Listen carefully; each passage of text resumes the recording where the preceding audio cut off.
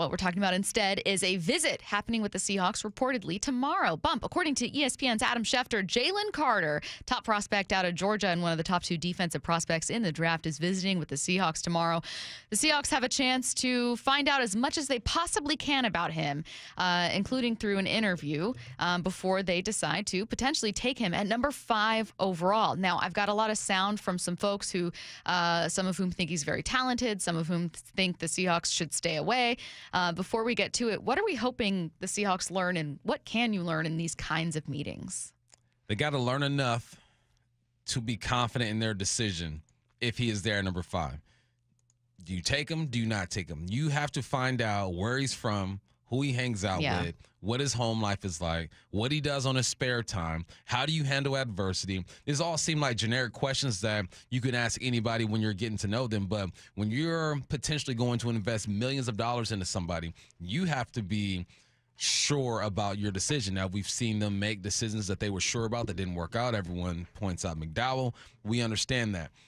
So I'm sitting down with him, and I'm just trying to get to know him. I'm trying to see what has he learned over the past 3 or 4 months. Who are you as a person? What are your core values? What do you believe in?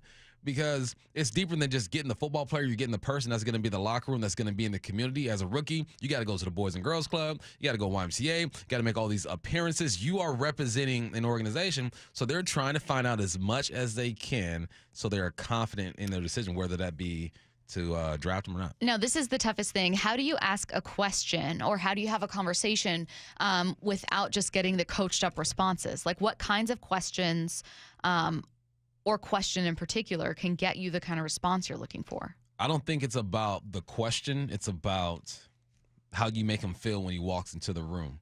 Right? If you are button up, suit and tie, no smiles, very cold, then you're going to get a generic interview. Now, if you find a way to tap in to the Jalen Carter who's just with his boys, or get a comfort that level. opens up, right? Then we do interviews all the time. And there are some players who let you in right away. Like, look, maybe they listen to our show, they trust us, boom. And there are some players that sit down and are like, I don't want to be here. I'm like, come on. And those are harder to get through. And our goal as interviewers is to try to tap into something that makes them open up a little bit. That's what they're trying to do. They're trying to tap into something. Maybe he has a great relationship with his grandma. My grandma, her name is Love. We call her Love. If I sit down with you and you ask about Grandma Love, oh, I'm opened up, man. She's amazing. She's back home in L.A. So that's their goal. It's a dance that they're going to have to see who the real Jalen Carter is, not just the surface value. A question Maura asked last week when I was on with Mike Salk was, hey, if there was one question that you could get of Jalen Carter that you feel could give you potentially the most insight, what would it be? Justin said that one of his would be just like, when's a time that you were really disappointed in yourself? Because it's like, okay, is he going to say, oh, against Tennessee or whatever? Or is he going to say, hey, I was involved in a serious accident where a friend of mine died? Or is he going to say, I showed up to my pro day 9 pounds heavier and I really felt disappointed in myself, right? Like, how much is he willing to point the finger at himself? Yeah, I think a question I would ask, I think you asked me this last week, and it was something similar along those lines, but as you're talking about that question, I would ask him, who has been your toughest matchup? Why was he able to dominate you during that rep or during that play?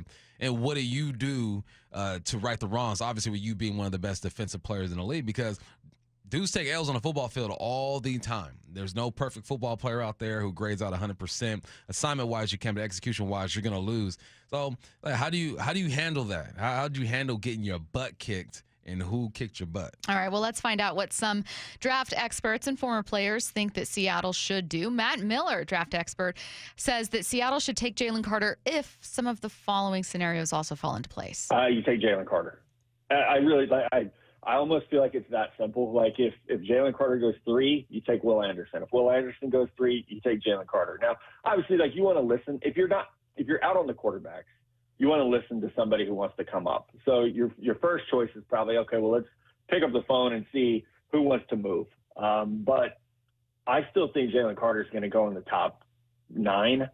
I mean, there's a very good chance he just goes at 5, 3 to 5. But if he's there, I still think that he's just this almost too good of a talent to pass on him. Almost too good of a talent to pass on. I mean, I think that that's kind of the resounding sentiment about like why he's going to go in the top 10 or why it's, again, I don't think it was a great look to interview only with teams in the top 10, but it's kind of also why it makes sense because it's like you're not slipping outside of that. Yeah. Like there will be a team that says we don't care about red flags. Yeah, for sure. And if it ain't the Hawks, it's going to be the Raiders, even though they said they're not interested. But guess what? They're going to sit down and interview my man here this week. So he's posturing right now. All right, I'm not going to meet with anyone that's outside the top 10. So clearly I'm forcing my hand. Like, look, I'm going top 10. And he knows the questions that are going to be asked of him. They're going to ask him about that night. They're going to ask him leading up to that. They're going to ask him about his character issues. They're going to ask him about taking plays off, which I don't think he does. I watch a bunch of film of this dude. I don't think he takes plays off. I think sometimes you're tired and sometimes you get beat. But there's no way you pass on him. If you are number 5 and he gets to you, I don't think there's a way you pass him unless you absolutely love Anthony Richardson.